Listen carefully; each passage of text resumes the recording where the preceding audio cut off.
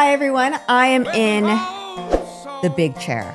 I am in Jeremy's chair. We've kicked Jeremy out because we are having an all-girls podcast discussing what is it that women really want, because there has been a lot of contradictory information on the right, on the left, in the middle. What is it that women want? What is it that men want from women? What is it that women want from men of all ages? So we've got 42-year-old mother of five.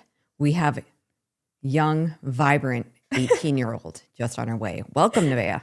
Thank you. It feels good to be back on. It's been a while. It has been a while. I like these, I was going to say little girl podcasts, but we're not little girl. That's just weird. I didn't mean like little as in us. I meant, I like having these young women versus old mom podcasts that we do.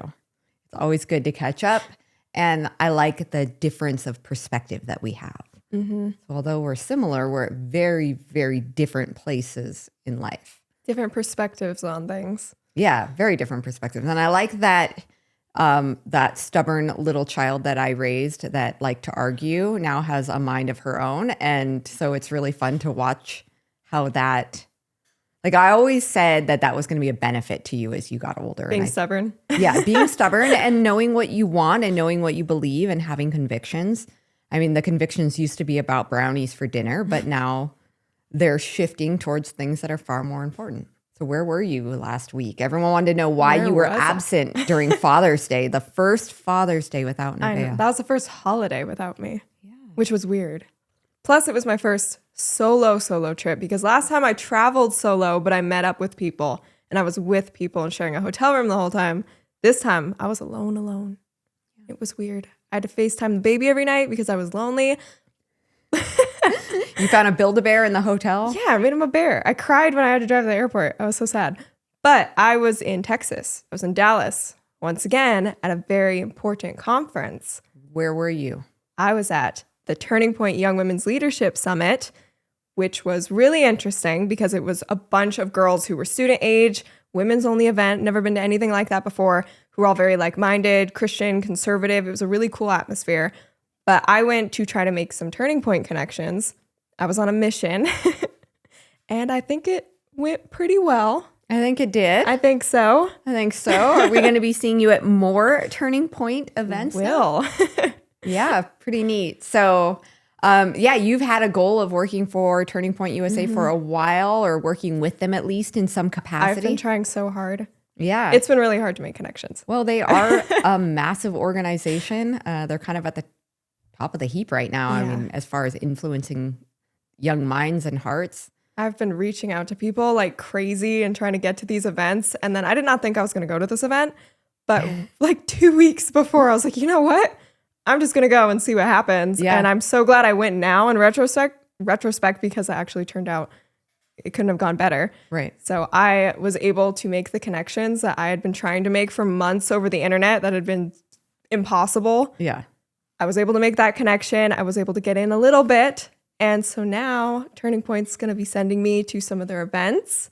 I get to be called a special guest. That's really cool. Are they going to like feature you on the website, or you don't know? I don't know. That would be really neat. They neat. asked for a headshot, so I was like, maybe. Really? They did. Oh, I'm excited for you. I think that's really cool. Okay, so you've always been a bit of a stage girl, and we weren't stage parents by any means, but you were just, I remember I took you to Starbucks when I was pregnant with Kaimani. So you must have been not even, maybe you were, no, I think you were about to turn 4. You were 3 years old and you wanted a Frappuccino. So I got you this little Frappuccino, and this guy that makes commercials in some capacity was in the Portland area filming some kind of children's commercial, and you had your ringlets and you look like Shirley Temple. And he was like, she'd be perfect for commercials. And you took a drink of your Frappuccino and you go, it's juicy and sweet. And I was like, what was that? And he was like, can I get your contact information? I was like, no. I'm not putting her in commercials. But he wanted you for cereal commercials. Mikey loves it. And I just kind of knew from then that in some capacity you were going to end up on a stage. And it was just a matter of how we directed you on what kind of a stage. Jeremy was always like, keep it. So then you started literally like your very first piano recital. You decided to go up there and start singing. So it was a piano recital, and you're like, "He calls me out on the water," and your It's whole a song. concert now. Yeah, now people are like, and the 5-year-old singing, and so you were the only one that had a microphone and was singing during the piano recital. You've just always had that personality, and you've always just really been a shiny star on stage, and you love it. It's not like you've ever had to force you on there. And even though you're nervous, like you can see that you're nervous, you're like, I'm so anxious. Love it. So yeah, I mean, we were on the news twice and like all kinds of stuff. So I've always known that you were going to end up being on stage, but I always thought that you'd be a singer because you have this amazing voice and you're a talented singer. And I always thought you'd be a musician. It's actually kind of weird to me that I don't do music anymore. I know. Like I play for myself, but I don't remember the last time I actually performed. It's been years. Think you were going to be a singer, or did you think that? I don't know. I always thought I would perform, but I didn't think I was going to be a singer. Yeah. Because that takes a lot. It takes a lot. It's an interesting road to go down. So instead, to make things way easier on yourself, you've chosen politics. Yeah, this is much better. That's a way more. So much easier, less anxiety. Everybody's so going to love fun. you. Yeah, I mean, literally for an 18-year-old girl to be like, I think I'm going to dive into politics. Well, I love politics. You do. I like politics at 10. You like to argue politics. You love to learn all about the issues. So I think it's great. And you're fearless and you stand up for your convictions. I mean, your Instagram page has taken a shocking turn. When I saw you post your first story that was more like, I guess, on the pro-life end of things, I was like, oh, she's going there. All right. Like, maybe she's not going to be a vlogger. So yeah, tell me about that journey. That was an interesting thing to start doing because all of my friends who worked in social media or kind of in the space that we work in, they're always really big on like, do not let anyone know what side of things you're on. Don't talk about that stuff. Like stay as neutral as possible. They're like closeted liberals and closeted conservatives. They didn't want to say online because they didn't want to alienate half of the audience. Mm-hmm. I guess I just didn't really feel good about that because if I have such strong beliefs on certain ethical or moral issues, I want to be able to use a platform I have that I feel undeserving of. But if I do have the opportunity to reach a significant amount of people, I want to use that in a way that does make me feel like I'm trying to do something to glorify God or use my platform in a good way. So I wanted to start putting things out there, especially with that topic, because it's very important to get that information out there and to educate people. Mm-hmm. So I started doing that, and that was weird because I had a lot of people write me and be like, what are you doing? Yeah. I remember they're like, stop that. Take that down. So many people, they're like, don't do that. They stopped associating. They did not want any part of that. Yeah, that makes sense. I mean, for depending on what you're doing, I love that you don't care because you come from a family that's taught you to stand up for your convictions, stand up for what you know is right. Yeah. And when you do have a platform, big or small, it's God-given regardless, and you should use it to glorify God. So I think that's really great that you're going that route. It was not on my bingo card that Nevaeh was going to go, this one way. So you started a new channel. Mm-hmm. Called Right Side Up with Nevaeh Souza. Right Side Up. We'll link that down below. That channel is in its infancy right now. You've got 4 videos up. 4, 5. 4 or 5 up. It's a baby. Yeah. I think that channel has massive potential. I think that it's going to really go somewhere. You're doing an incredible job with it. Thank you. It's so good. It's like you've been doing it for a long time. You came out with these first episodes. I'm like, wow, they're really good. And you have the potential to really inspire a lot of people your age because I would say 12-year-old girls up to 25-year-old women don't want to hear from somebody like me who's like, this is what you need to do. Mm-hmm. I'm married and I have children and you should learn from people that have been there, but that's not really the way of teenagers. Yeah. Or people in their, early 20s. You guys like to learn by walking into walls. It's true. To learn from experience. Learn from experience, learn from mistakes. You guys don't know what you don't know, and you want to go out there and experience it. Mm-hmm. And I mean, that is truly the way you learn. They say a wise man learns from others, but no one said that teenagers are like, I remember being a teenager and having very wise adults say, don't do this. And I'd be like, like, let's just pee on the fence and see. It's just, oh, like an electric fence. yeah, like, let's just see if it happens. It's like, why would you do that? It's like, you can, like the farmer tells the kids, like, don't you pee on that fence. And then I have weird analogies. I thought you meant like a picket fence. I was like, well, that's a little strange. No, that would be pointless, and that's just vandalism. But I think that it's important for people to just hear from people their own age that are in the same spot. It's what you watched as a little kid. You liked people. I mean, who were your inspirations? Like right now, I like Brett Cooper. Yeah. Brett Cooper's, 23, 24. She's super young. Slight stage above you. Yes, but she's been in the position all the teen girls are in, so she can speak from that same kind of perspective of like, oh, I've been there, but also she's still there. She's still experiencing things. She just got married. She's having her first baby. Like she's really kickstarting her life just now. She's only been in her career for a few years because she's so young. So she's a really good person. Yeah, and she listened spoke to at the event. She did. That your favorite speech? I think so. Yeah, and you guys can go and listen to those speeches. There were some really good ones. Yeah. Who would you say you drew the most inspiration from at the? Honestly, Brett's was the best. And when I met a lot of girls at the conference, I made a bunch of friends there, which was really cool. But they all said the same thing. They were like, Brett's speech was the best because they tied all of the different speakers' messages into one little bow.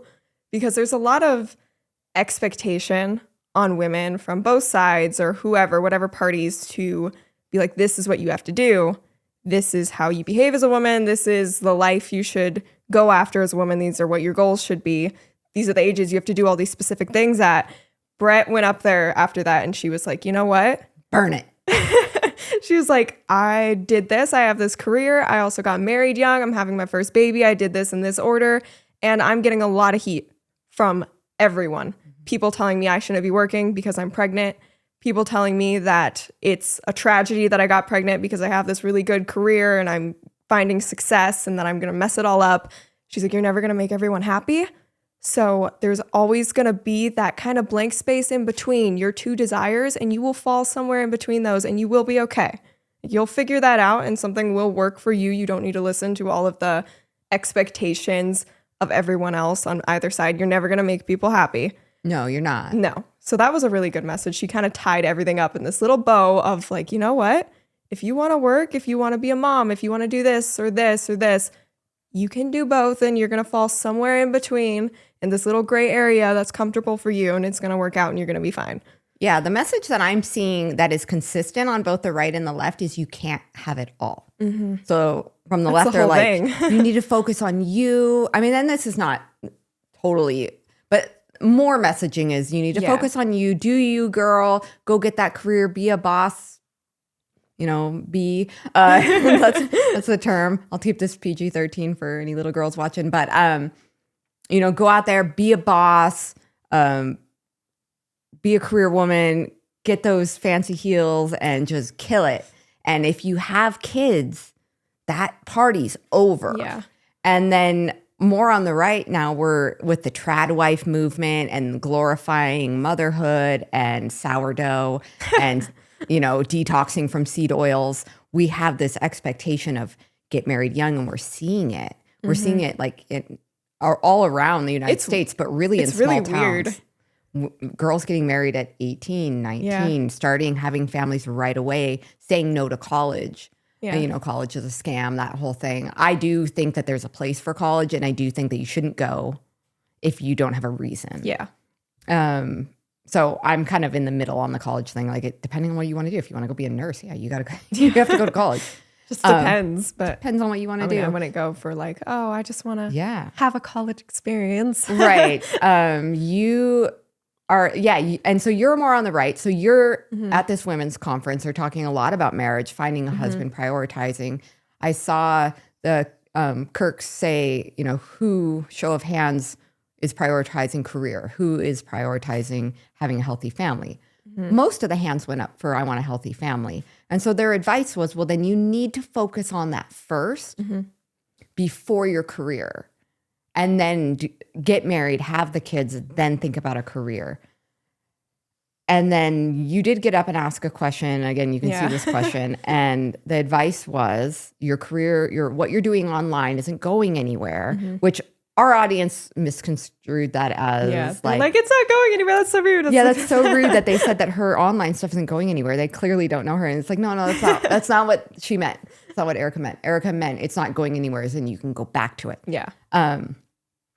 But when she said that, I had a bit of a cringe as your mom. And I know it's funny because she said, you're going to get pressure from your parents, which is correct. Because your parents are going to say, establish yourself, start a career. And the reason we say that, even as Christian conservative parents that want to see you be a mother and a homeschool mom more than anything, and know that you're going to do that, the reason we say to establish yourself is just in case it doesn't work out. Yeah. We don't want to see you, we want to see you have a backup plan so you're not, back living in the apartment feeling like your life failed. Yeah. Like if you can think that you're going to, we pray for your husband and we hope that you marry the best man in the world. We hope you have the best marriage. But what if it doesn't play out that way?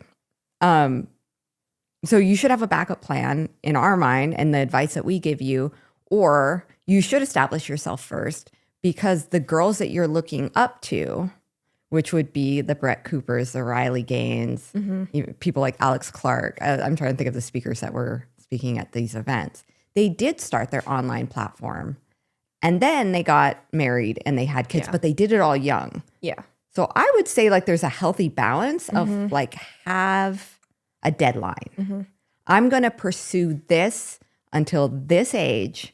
And then I need to really start focusing on this. And then if a husband comes along, like in Brett's case, she met her husband at work while pursuing her career, and they did get married, and she was able to just continue pursuing her career. Well, and I feel like it's important too to have something that you have accomplished or that you have worked towards to establish yourself, or feel like you have some sense of like success in some way, shape, or form, so that you do know that you bring things to the table and you have this sense of self-worth, rather than just being like, I need to find a man to complete me and take care of me because I can't accomplish anything on my own. And like my worth comes from accomplishing things in the family that I'm going to get from my husband, but that's all. So I feel like you don't feel like that would fill your cup? It's not that. I think that it's important to have a sense of like, I bring something to the table. And I have a sense of self-worth, and I know that I can accomplish things when you do get married, so that you don't pick someone out of desperation, I guess. Like, I need to get married. Yes. This is the expectation. Like I can't take care of myself. Yeah. And I do like that Erica kind of butted in the conversation. Not butted, that's not the right word. She kind of interrupted the conversation, said, but you need to make sure it's the right person. Yes. She's like, you can't just go in there like a heat-seeking missile. Yeah. Like, hey, to every guy, like, I need a husband. One, that is going to really scare them away. And then two, that shouldn't be your goal, is just like seek and destroy, find a husband, buy a house, start popping out babies. It has to be natural. It has to be right. Yeah. I understand, like, having kids and having a family for 99% of women is going to be the most fulfilling thing you ever do in your life. I understand that completely. But that doesn't mean that women don't also have other desires and aspirations and goals. For some women, just having their family is everything they want to ever accomplish, and that's fantastic. That is great. Good for you. That's amazing. For some women, they have multiple different desires, and I think that is also just fine. I think that's good. A lot of women are called to do different things, which is something some of the speakers talked about, which was really cool. They brought up biblical examples of women who were called to do things from God. Yeah. They're like, this woman was called to do this. This woman was called to do this. It's either when they're younger, older, different seasons of their life. They were called for a specific task from God, and they had a significant difference to make. Right. That's really important. And I think it's really important in the space specifically because you need strong female voices. That is a necessity. Yeah, you can't just have all the women getting married young and staying home because then you don't have young women's voices. You may Yes. have older women's voices, but then, they can say, well, that's biblical. Older women are to teach young women to love their husbands, to love their children. Yes, that's correct. But you need those young voices too. I agree. Because it's more relatable. Yeah. Like, you don't only want to listen to people my age. You want to listen to people that are like Brett and Riley and Alex, that are fun and young and they dress cute and they're... And it matters that women have women to listen to, especially in this space when it comes to politics or things like abortion and stuff, and what are our opinions on that, or having families, whatever, because women are very influential in society. Yeah, they are. And they always have They been. influence the husbands. They influence the families. Like, the family's morals most likely come from the woman. Yeah. She's going to instill the values in the children for the most part on Especially ethical things. if she's a homeschool mom. Yes. Because you're teaching your children. Yes. She's going to teach her daughters, her sons, a lot of what her husband thinks is going to come from the wife. So it's very important that women have people to look up to and are guided correctly. And you need young girls to have female conservative Christian voices to listen to, because then they're just going to get swooped into this narrative of children are horrible, Christianity is limiting and misogynistic, masculinity is toxic, marriage is enslavement, all of these different narratives that are super harmful. You need Christian conservative women for all of these women to look up to, because it matters that women have the correct guidance. Yeah, I agree. Well, I think we're seeing a lot of pressure on the right, because there was so much pressure on the left to go out there and be a career woman. Don't be a stay-at-home mom. If you were like, oh, and then there was this, stay-at-home moms like myself. I was a stay-at-home mom for 14 years. I mean, that is what I did.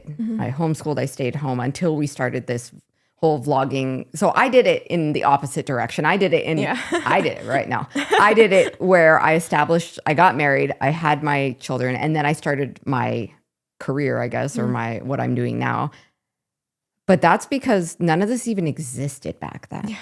So naturally, that was the flow of the way that my life went. But I'm seeing a lot of people that are really killing it that establish themselves first and then started the family. And I will say, as a mom who just had a baby and has an infant now, you guys got to go to the conference. You guys are going to another conference.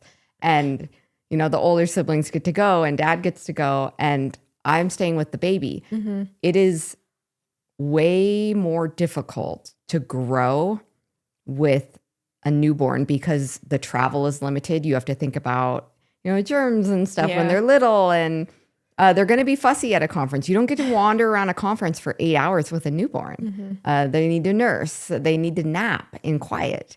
They're going to spit up all over your expensive blazer that you bought just for that conference. Try to get through a podcast without, he could be crying right now. We're going to have to take a break at some point, and I'm going to have to go nurse. So Jeremy is like most men in that he will wear the same clothing for decades until it literally disintegrates. Since I've been staring at the same outdated items for years, I went on a mission to spruce up his wardrobe with a few really nice items, and that is how we found Huckberry. They have the best, timeless, high-quality pieces that fit every occasion, which is perfect considering he is going to work, play, and adventure in them for years. Yeah, so maybe the best part about Huckberry is that I don't have to go shopping in a bunch of different places, because they truly are a complete one-stop shop for the coolest brands for clothing, footwear, and gear, and they all ship directly to me. I finally ordered some great shoes that I actually love, and I won't be wearing work boots everywhere I go, including some of those events. Yeah, I really do appreciate how stylish Huckberry's in-house and third-party brands are, because now he has clothing that he can work in, but also go out to dinner in or wear to a podcast. In fact, we have some important upcoming travel, and now he actually has some great clothing to wear, and we won't be panic shopping on the trip like we did when we went over to Nashville. I remember that. Yeah, so Huckberry actually offers a lot of my favorite brands like Flint and Tinder, Carhartt, Patagonia. My new boots that I just got are Danners, and I will admit that my wardrobe is much improved, and I do feel a lot better about walking into some of these events in clothing that I'm actually comfortable in. So if you or the men in your life are anything like Jeremy and they appreciate practical, stylish, quality, manly clothing and footwear they can actually wear for years, definitely go check out Huckberry by clicking our link down below. Listen, I have always believed in the power of storytelling, the kind that lifts you up, inspires your faith, and reminds you of what truly matters. This is why we love what Angel Studios is doing. They're bringing us films that honor God, celebrate our country, and instill the values that we stand behind. Movies like The Sound of Freedom, Homestead, and The Last Rodeo. Right now, when you join Angel Guild, you can stream King of Kings, a breathtaking animated film about the life of Jesus that was just in theaters over Easter. I have seen how movies like this can touch hearts and change lives, and trust me, you do not want to miss this one, especially if you have children or grandchildren. I'd like to tell you a story, son. Some say it's the greatest story ever told. It has angels and wicked kings, jealous rivals, and miracles. Open your Angel eyes. Studios is delivering family-friendly entertainment that leaves you feeling good. Films that champion faith, freedom, and self-reliance. We're so happy to support them, and we'd love for you to join us and enjoy all that Angel Studios has to offer. Just go to angel.com/NWOS to become a premium Angel Guild member today, and you can stream King of Kings plus so many other incredible titles right now. It's just harder. It's not impossible. It's 100% possible. You've got people like Candace Owens with 4 kids, just rocking it in the space. She works from home. But I think if you asked her today, she just had a newborn like 2 weeks after I had Micah. Is it a little trickier today than it was a couple months ago? Yeah, of course it is. Yeah. Not impossible, not unpleasant, just different. So I would advise you as your mom, you're 18, set a deadline, and then you grind, girl. You go for it. Like, go for it, build it. And you've got the flexibility to travel because you're not married and you don't have children. And you can go to everything that you're invited to. And you can go and you can socialize. You don't have to babysit anyone. And that's husband or children. Because if you have a husband or a boyfriend or someone with you, you're like, are you having fun? Like, you don't have to do all of that right now. And if you get invited somewhere on a 24-hour notice, you can just pack your one suitcase and go. Yeah. And that's how you build it. And then give yourself a deadline. If you're not, if it's like, okay, now it's time to really, really start pursuing this marriage thing. Or maybe it happens while you're busy building your platform. You meet this perfect person or whatever, or you decide, nope, now is the time. God's telling me now is the time to get married. Be flexible, because like Brett said, you're going to end up somewhere in that gray area. Yeah. Well, I'm 18. I graduated high school last year. Yeah. So there's no rush for me no. in those aspects, where a lot of people would say there is. They're like, all right, now's the time. Why aren't you married? I'm getting comments like that. You are getting comments. I was getting comments where people are like, when I was your age, I had 2 kids already. I was like, oh, that's a little. I don't know if that's you had something 2 to kids aspire right to. now, we would be having some conversations. There was one, she was like, I had 3 at 19. It's like, that's a lot. Oh, wow. You started way too early. Way too early. I don't know what advice she was getting. Maybe no advice. It sounds like maybe she was I don't know. doing things the hard way. But I'm definitely starting to get those comments where it's like, why aren't you married? It's because you have a And- big community that is very conservative, and they do think, get married, have kids. What are you doing? Yeah. If I can't drink at my own wedding, if I can't have a glass of champagne to toast at my wedding legally, I'm not getting married yet. Well, I think the laws are like, if you're at your house. So if you get married in the yard, you could still do it. No, I'm joking right now. Yeah. So, okay. I'm in a period of time where I don't have those Yeah. responsibilities, even though I have a very strong desire to get married and have kids. Like that, Yeah. it's never going to go away. That's never something I'm going to put to the wayside. It's my biggest desire. Yeah. But I also have aspirations when it comes to work and things that I want to accomplish. What is it that you want to, what is your ultimate goal like for 5 years? What's your 5-year For plan? 5 years? I hate that question. I hate when 5-year people plan. ask about Let's go. 5-year plans. I want to lean more into the political thing.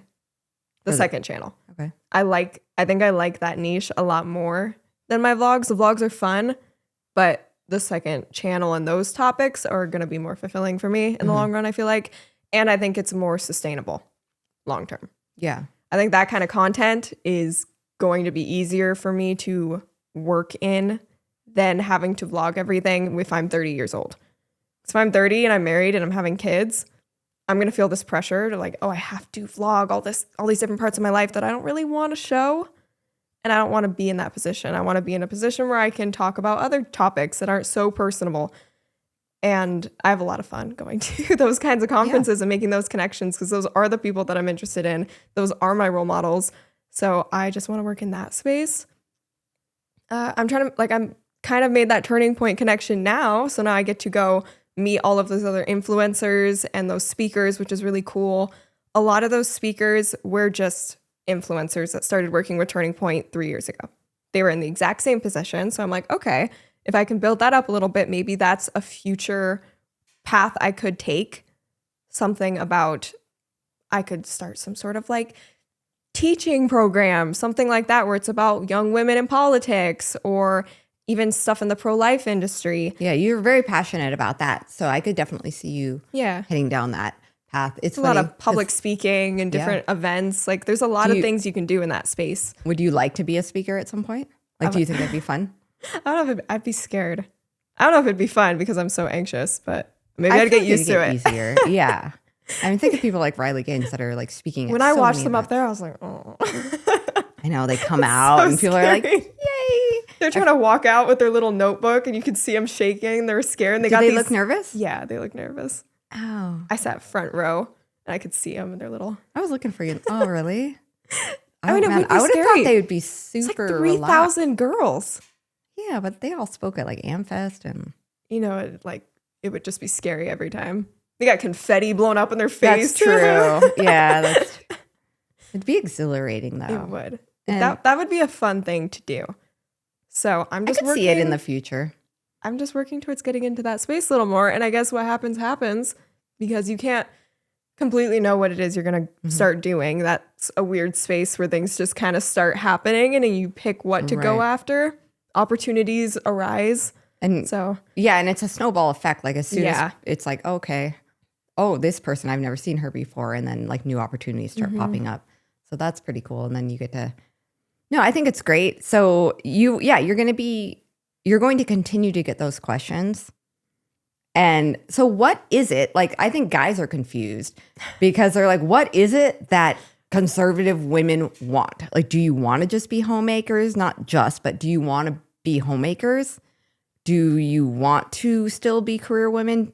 Do you want to try to have it all? What do you want, woman? You know, like, so Charlie Kirk told women what men want. So why don't you tell us or young men, what is it that conservative women want? Because you had all these conversations with all these young girls. What was the mumblings around the convention? Honestly, like in the simplest terms, I feel like they just want the choice to do either or both because there's so many expectations. I feel like a lot of girls are feeling really pressured right now. So there's all of these Christian conservative girls I was talking to that felt like all of the messaging in a lot of these conferences or with a lot of the speakers or people in the space was kind of contradicting each other. That makes sense. There was some contradicting. Yeah. Like do this and then no, actually do this. Well, because like this one specifically, it's like a young women's leadership. So a lot of these girls want to get into this space. They want to be leaders in the space. And then a lot of the people or the messaging is very like, the best thing you should do is just like get married straight out of high school, do this. And a lot of the girls like that. They're like, that's what I want to do. But some of the girls were like, well, I have these other aspirations and that's confusing to me. And the big thing is you can't have it all. Something has to suffer. So if you want to be a mom and a career woman, it's not just going to work out perfectly that way. Something's going to suffer. It's either going to be your family or your children or your career, which is realistic. I mean, right. There's going to be there's sacrifices. only 24 hours in a day. Yeah, there's going to be sacrifices that have to be made there, but there is a big pressure on the right now to be a homemaker and not work. And a lot of the conservative men now have this expectation of the young men. Yes. I've been hearing it. The young men, they're saying if a woman wants to work or have a career, it's a deal breaker. Well, you've just cut out a bunch of the fish in the sea. Yeah. So that's a whole thing right now. And I think a lot of girls aren't liking that because out of all the girls I was talking to at the conference, the big thing they kept bringing up was, well, I think I'm going to wait a little bit, at least a few years to get married because I want to do this. Or, you know what, I agree with the whole college is mostly a scam thing, but I have this specific aspiration. I'm going to go after it. And they're feeling a little confused as to how that's being viewed on the right, I guess. They don't want to feel like they're being limited in their choices. And that was something that happened on the left. Yeah, the pendulum swung so far that it was like, get a career, that women were like, but I want to be a mom. If you wanted to be a stay-at-home mom, like 10 years ago, that was very frowned upon. Yeah, like if you said that when you fill out the what do you want to do with your life in high school, if you said, I want to be a stay-at-home mom, it was like, record screech. So the pendulum swung so far that way. But now I kind of feel like the pendulum swung all the way back to like 1925. Yeah, it's a little too far. Well, we're in a good place, you know? Women are in a good place where we can make decisions on those types of things and we can work careers and prioritize family. And I feel like women are going back to understanding how important it is to be mothers and wives. And so I feel like we've got this happy medium here right now. We don't want to push women into not working or not having strong voices or not getting into politics and not getting into media and stuff like that. That's important because women are influential again. And telling them that you just have to get married young, you have to be a mother super young, and that is your sole purpose. Don't stray from that. Otherwise, it's going to be frowned upon. Yeah. You don't want to do that because there's a lot of girls who are called to do specific things other than be a mother and wife. Yeah. It might be both, but there are a lot of women who have these strong passions and desires or certain skill sets where clearly God wants them to go out and do something with that. And a lot of women have made huge strides in media and politics and made a really big difference. And that is so needed. Yeah, I agree. It's funny. You're like a conservative feminist.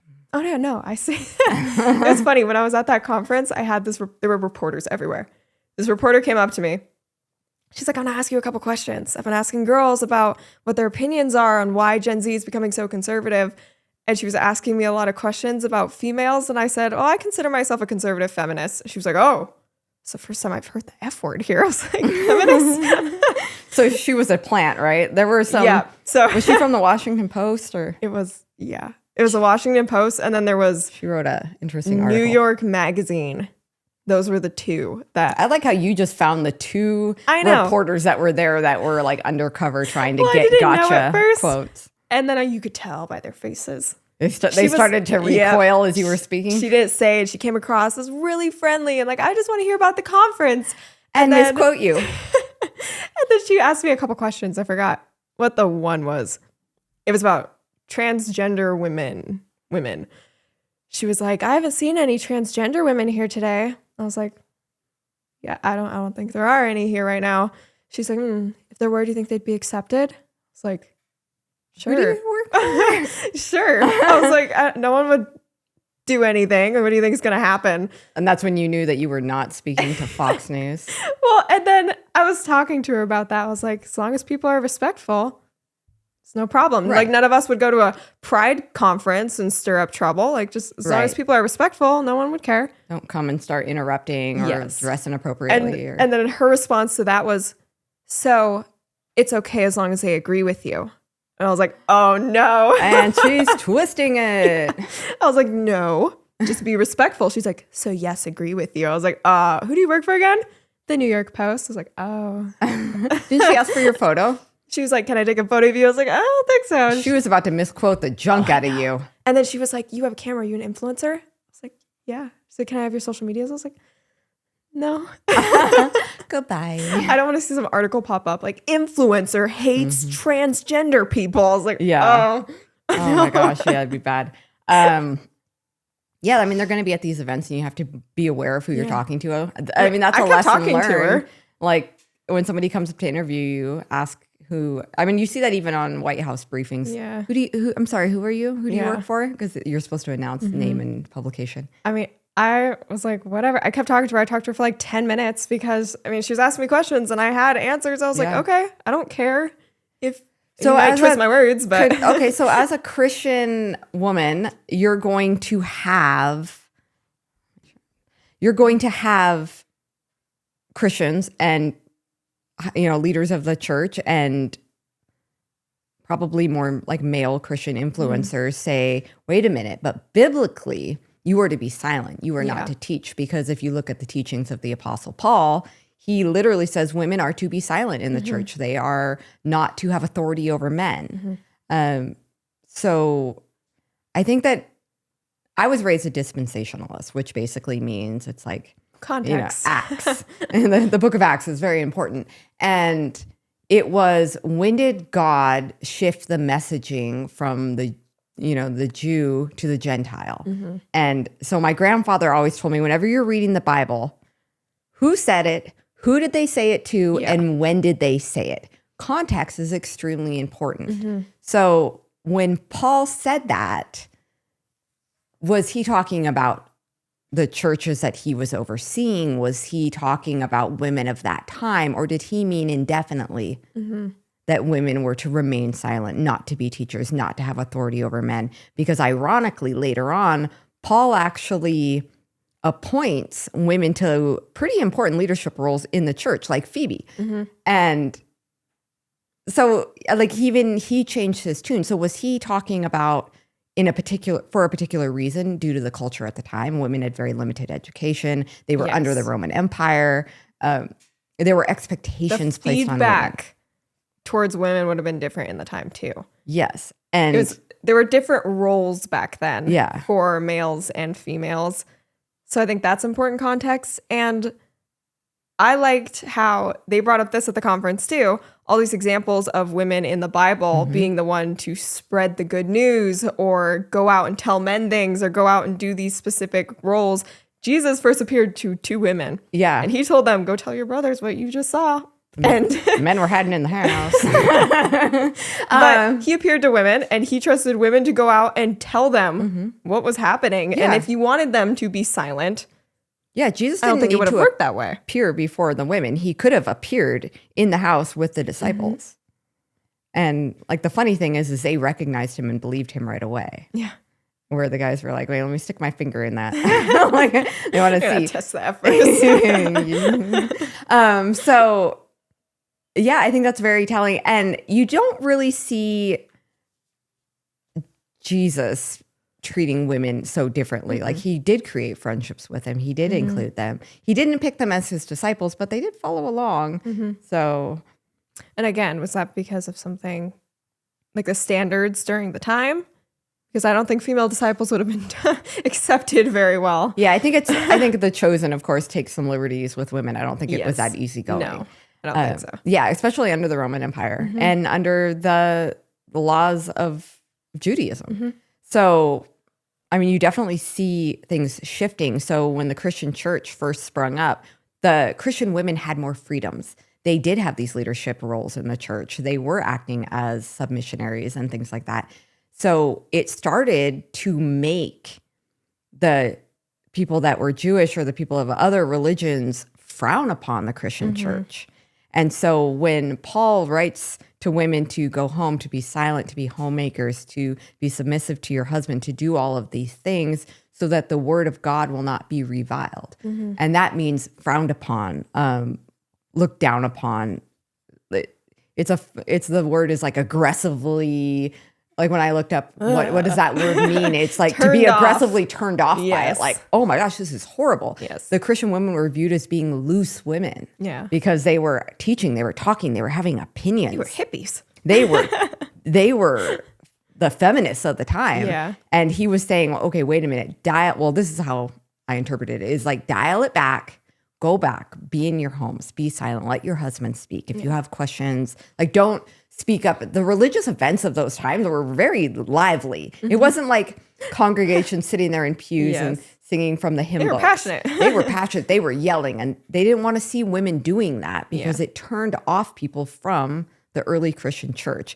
And it raised red flags and alarm in the Romans. Yes. And you didn't want the Romans' attention, we'll say. So it was kind of like dial it back because this is hurting our message. Yeah. Well, there's just a lot of examples in the Bible of Jesus and God not viewing women in such a subservient role. Even the words he's used to describe women. Yeah, Peter describes him as being a weaker vessel, but that's coming from the mouth of a man. Yeah. Peter also denied Jesus. Yeah. So yes, Peter was a disciple. Yes, Peter was inspired and wrote, books of the Bible and things like that.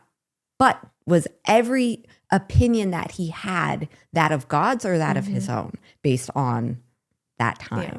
Well, the one verse a lot of people point to is the one where it talks about in Genesis, God's first words about women, basically where he describes women as being this helper he's created for men.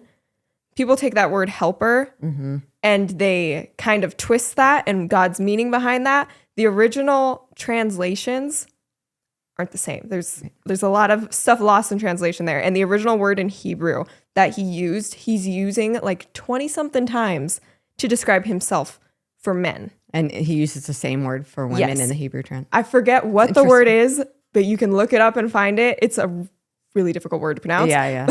The Hebrew language is not an easy one. But it basically means necessary for strength. It means necessary for strength and like the backbone of your strength. Yeah. And essential. There's a lot of different words in that one word that describe God's definition for women and how they are to support men, but not in just this helper subservient way, in a way that they're the backbone of men's strength. Like you can't lead your family as this strong biblical man without your wife standing directly next to you and kind of being there to support you and guide you through your strength. Not being under your heel. Yes. Women kind of guide men to guide the families. So men might be the head of the household and the family, but with every strong man, there's a strong woman standing directly behind him or right next to him. And I think that's a really cool thing. When I saw that, I was like, that's really interesting because God uses that word to describe himself, just like he uses that word to describe women when it comes to helping men. Well, with the trad wife movement, which actually I recently learned is very inspired by the Mormon church. They're being that makes sense. encouraged in a lot of the Mormon churches, like in Utah and stuff, to go out, be influencers, and show what a Proverbs 31 woman looks like. Yeah. Be a true Proverbs 31 woman. So it's like, okay, so what is a true Proverbs 31 woman? Because it is something to strive for. It's you're charitable. You reach out your hand to those in need. But there's wording in it that says she works from home or working from home. But it doesn't say she only works from home. I think that's important. So she takes care of her household is what that's like, I guess how I read it is she makes sure there is dinner on the table. It is clean. The laundry is done. Like you take care of your home. But it doesn't say that's all she does. So is a true Proverbs 31 woman able to go outside? I mean, she's going outside the home and doing charity. She also makes clothing and sells it in the streets. She also sees a piece of land, considers it, buys it, and then by the fruit of her hand plants it. As parents, we do everything that we can to protect our families from what they eat to where they go. But in this digital age, what about what they see? That has become increasingly difficult to control. The truth is you don't have to go looking for inappropriate content. It will find you and it will find your kids. So that's where Kibosh comes in. It's not just another parental control tool. It's actually a complete internet protection system that works at the source. Kibosh blocks all adult content sites on the spot before they ever reach your devices. No complicated setup, no loopholes that curious minds can outsmart, just a clean, safe internet for your family. With Kibosh, you can finally stop worrying about what young eyes might stumble across online. You get full control, full visibility, and peace of mind knowing that your home is protected. Actual true story here, when Nevaeh was 10, she wanted these little black boots called booties for a recital, so she typed in black women's booties. Well, spoiler alert, she was not served up shoes. They were booties. They were. So if you're ready to make the internet truly safe for your family, use the link down in our description below to order the Kibosh Pro router, the most powerful, no-hassle way to block harmful content across every device right out of the box. Or if you want to see it in action first, you can start a 14-day free trial of Kibosh Lite using your existing router. Either way, take the step, because when it comes to your family's safety online, it is too important to ignore. We are all feeling it. Costs are rising on everything: gas, groceries, home repairs. And if you are a homeowner, you have probably thought, should I call American Financing to refinance and pay off this credit card debt? Then you second guess yourself because of that low interest rate that you currently have. So listen, that low rate is not saving you if you're drowning in credit card interest at 25% or more. That's the math that nobody wants to face, but it's actually costing you thousands. Yeah, here's the truth. If you are only making minimum payments, that debt is going to follow you for years. And that is why people are calling American Financing, because they are saving customers on average $800 a month by using their equity to finally break free from that credit card debt. You owe it to yourself and your family to see what's possible. No upfront fees, no pressure. It costs you literally nothing to find out what you could save every month. And if you start today, you may be able to delay up to 2 mortgage payments. Just call American Financing today, 866-885-8027. That's 866-885-8027. Or go to americanfinancing.net/New World. Makes financial decisions. And she thinks about it. She sees a piece of land, she considers it, and then she buys it. So she's making financial decisions, because a lot of a lot of like these men will say, well, women shouldn't have anything to do with the finances. They shouldn't even know what's in the account. They'll get an allowance. And I mean, I personally wouldn't want to be treated like a child. Yeah. I don't think there's peace in that, not knowing what's in the bank account, not being allowed to ask and being told, here's your credit card, it's got a limit on it. I'd be like, whoa, I didn't know I was 12. Yeah. I wouldn't be okay with that. No. And I didn't raise you like that. And dad doesn't have that expectation. No. So we're very conservative. We're more like even almost more on the libertarian side of things. And then we are a very faith-based family. And we've raised you to still have a strong head on your shoulders and have opinions. And that doesn't mean that you neg your husband and you give him a hard time. Let him be a leader, but marry somebody who's going to consider your point of view. Mm-hmm. And men are different than women. Men are often more hot-headed. They're leaders because they are the more aggressive one. They are the protector of the family.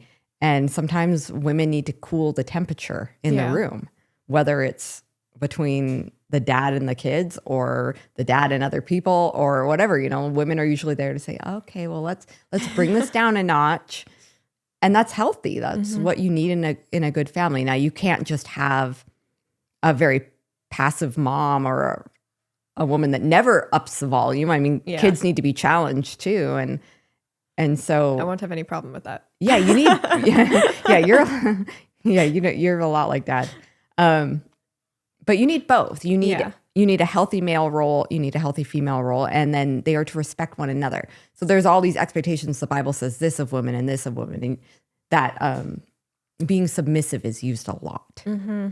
But then it's they leave out the part about how men are supposed to consider their wives. Yes, Paul speaks to men too. And just the fact that Paul spoke to women and had instruction for women shows that he respected them, because earlier on, they wouldn't have spoken directly to women. They would speak to men to tell their wives or to tell their daughters.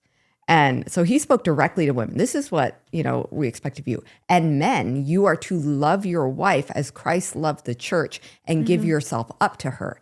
Christ loved the church so much that he died for it. The church is his believers, his followers.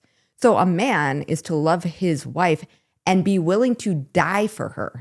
So that's not like, a disregard for wives. So I think that Christ has also been patient and understanding and forgiving and all of these really good attributes that go further than just you're subservient to me. Yeah.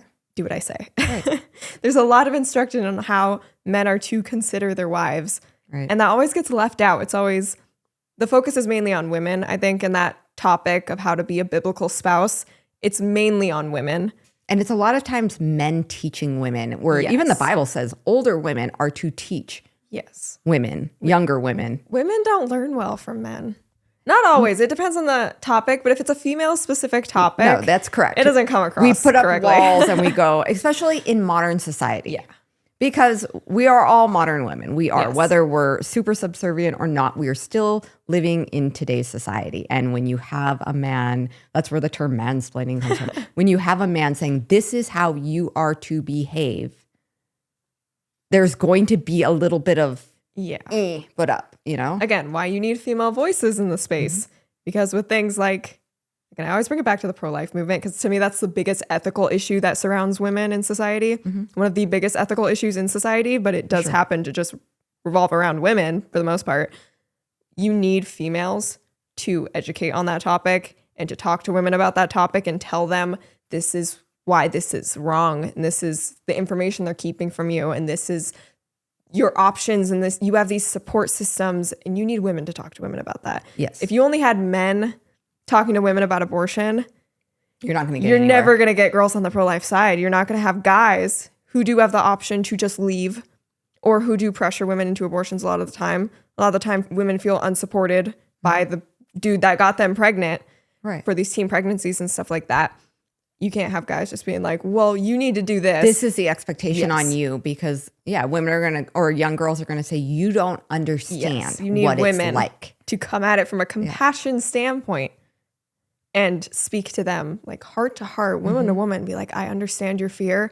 I understand your reasoning here, but let me try to coach you through this and educate you on this because women are so lied to. And I mean, the abortion industry, all of that is run by women and or run by men, I mean. Yeah. And built for men. It aids abusers and pimps and irresponsible men. Men love abortion. It's an easy way out. And I think that you need women to kind of counter that and tell them why the abortion industry is trying to harm them and how they're being lied to and kept in the dark about the realities of abortion and their pregnancies and what will happen to their bodies. But that has to come from women. Yeah. And that's super important. And a lot of guys don't like to hear that. They're like, well, why are women so stubborn? It's like, well, you need women to talk to women. Same with marital roles. Like, if you want to influence women on marital roles or show them the joy of motherhood or the joy of homemaking, then that needs to come from women, not from men. Men can't say, this is what's expected of you ladies, because then that's where you get the weak women that feel like, I don't get to have an opinion. Yes. I don't have the right to. That God says to I don't get to. Oppressive. Yeah, especially when they're throwing Bible verses at them and they're saying the Bible says this and this and this. And then you feel, in order to be a good Christian woman, like I have to do this. Yes. When there is. Well, and that teaching dynamic is made apparent in the fact that mothers teach their daughters. There's nothing about like, oh, the fathers are supposed to teach the daughters on how to be good wives and mothers. That's just not the natural dynamic there. The mothers teach the young girls. They teach their daughters and show them, and the fathers teach the sons. Yeah. Not to say, like, the mothers obviously teach the sons as well. Fathers teach the daughters as well. But there's a natural dynamic there when it comes to your role as a woman that you learn that from your mother or grandmother or older women or just your peers, your female peers. And I think it probably goes the same way for men too. Sure, men don't want to hear about how to be the perfect father and things like that from women. It just it doesn't work that way. That's why healthy fathers, like a healthy father role in the family, is so important for raising daughters and for raising sons. And so it's been kind of funny because for guys on the right, for young men, they were under such attack. They were having a hard time. They were having a really hard time. Anything that they wanted to do that was masculine or came naturally to them was toxic. Toxic masculinity. You're being too aggressive. You need to temper that. I mean, we're seeing little boys in school struggle because school is built for little girls. Sit there, behave.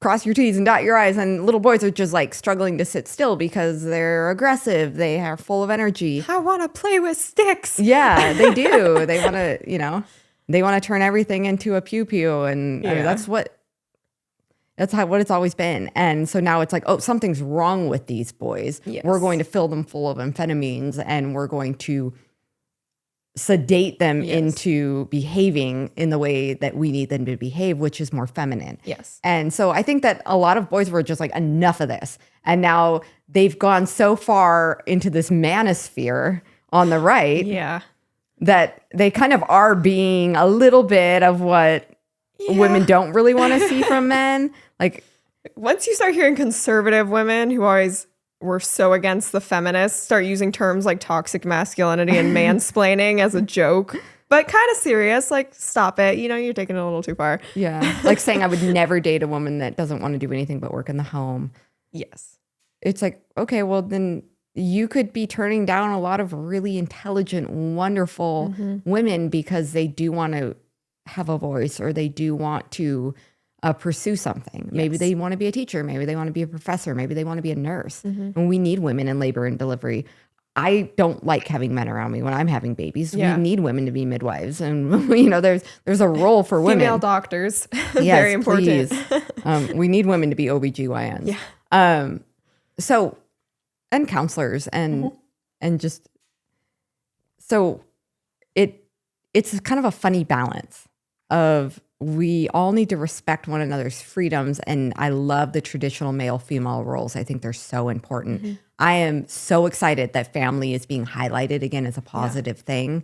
I'm so glad that young people are choosing to get married and have families and have babies and have large families. The large families It's coming back. Like, let's make more babies. Everyone's like, I want 10 kids. I love it. And they're doing it. And they're homeschooling and they're questioning traditional pharma and they're getting back to cooking from scratch and teaching their children and biblical family values and all of that. I love seeing that.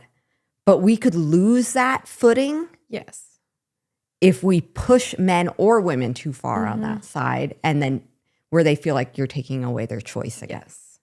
I think that's just the important thing there. Like having a preference. If you are a guy and you're like, I don't want a woman who works, I'm not going to tell you that's bad. But you're not going to marry that man? No, because that doesn't align with me.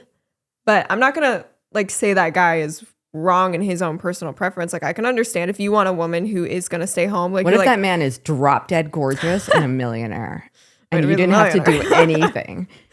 He was like, honey, I want you to sit by the infinity pool. I want you to shop on what's that dress site you like? House of CB. House of CB. And you can wear those little white tea dresses. And if you spill your expensive 15 wine on that more. white dress, it doesn't matter, babe. You go get in your Lamborghini, you go, well, then what? Then would you be willing to just be a housewife and have 10 kids? See, I think we got to talk more realistically here. I'm just saying it. No, but I'm saying if you want a woman if you want your kids to be with their mom 24/7, have all of her attention, undivided, and you want her to really just focus on being a mother, that's a personal preference. I can respect that. Go find a woman who desires that. Yeah. Don't tell women they all have to be that to fit that preference. Okay. Like you have to be a stay-at-home mom because this is what men want. That's not what all men want. No, a it's lot not. of men are like, I want a strong woman. I want someone impressed by that. who I feel like I'm on the same field with when it comes to things like the finances and bringing money in or finding success. Men have different preferences just like women do. Right. So I think if you want a woman who stays home, that's fine. That's a personal preference. I respect that, but find a woman who desires that.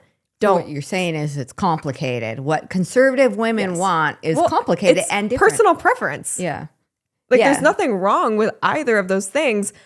But I think that's where the conservatives are now doing what the liberals did, where they're telling you, no, there is something wrong if you pick this, when there isn't. Right. It just depends. And it's not one size fits all. All men have to be this way because this is what all women want, or all women have to be this way because this is what all men want. Not all men want a really quiet, timid, stay-at-home wife.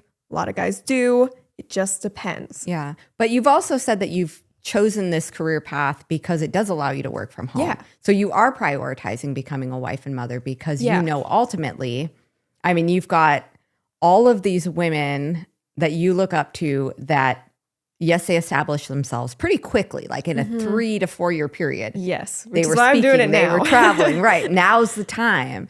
And then they got married. They started having kids right away. And now they're working from home. They're not working for like these big organizations. They're working from their homes, Almost all of them home now. studios. Yeah. And their husbands are right there working with them. So they're traveling with their husbands. They're traveling with their families. And we spoke to Bethany Hamilton on our podcast, and she was there with her husband who was watching the kids in the green room, and she was with her babies. And then she spoke to us for an hour, and she went and nursed. Well, And then she got on stage and spoke, and then she went and nursed. This conference, all the husbands were there. There were so many babies at this conference. Like The everyone was cooing just of babies. Yep. They quoted that in the article. I saw it. Yeah, they're that's like why I the said it. cooing of babies in the atmosphere. So there were a lot of babies. Yeah, see, I could have gone to that conference. I know. thought it'd be inappropriate to being Well, like and a it baby that would be loud. was a female only conference for the most part. There were like Makes sense. 3 guys, and so everyone was just walking around nursing. Yeah. Like no cover. Nothing. Really? No- yeah. Oh man, I no could have cover. fit right in. Yeah. They'd just be at their booth, just like bloop. Really? No one. Conservative It's just girls, women so no one cared. bearing it, huh? Yeah. Wow. Everyone was just nursing, had their babies. The babies were crying or loves climbing all over it. the booths. Like The booths and the boobs. it was very accepting They of should families. have a booby booth, like a nursing booth.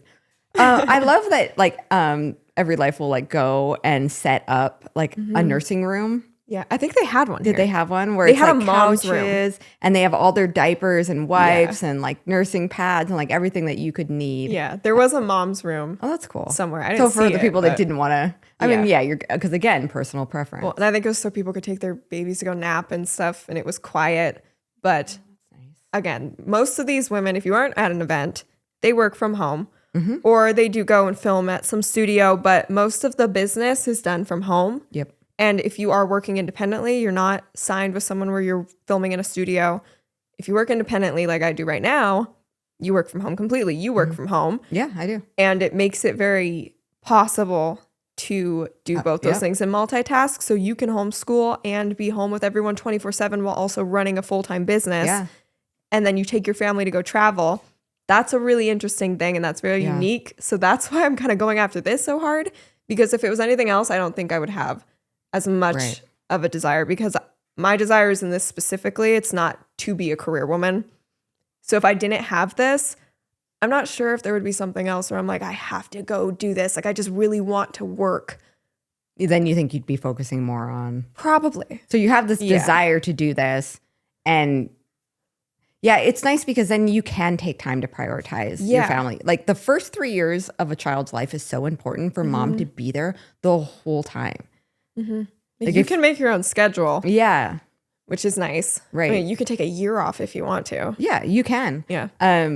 So the one thing where I kind of went, ugh, is when she said, and like, I mean, no disrespect at all, but when she said it's not going anywhere, I know from working in the space that like if you dropped it and you walked away from the Yeah. online thing It goes for somewhere. 10 years and you got married and Yes. you just had kids for 10 years and then you tried to go back to Yes. it, you no longer have what you have now. Your whole audience wouldn't even remember you at that point. But she could also be coming from a place of like you're just starting to build and not realize that you have been building since you were 15 years old. And you do have a pretty decent platform and followers and people that are like, what are you going to do next? Yeah. And so if you walk away from that, you lose what you've built. Yes.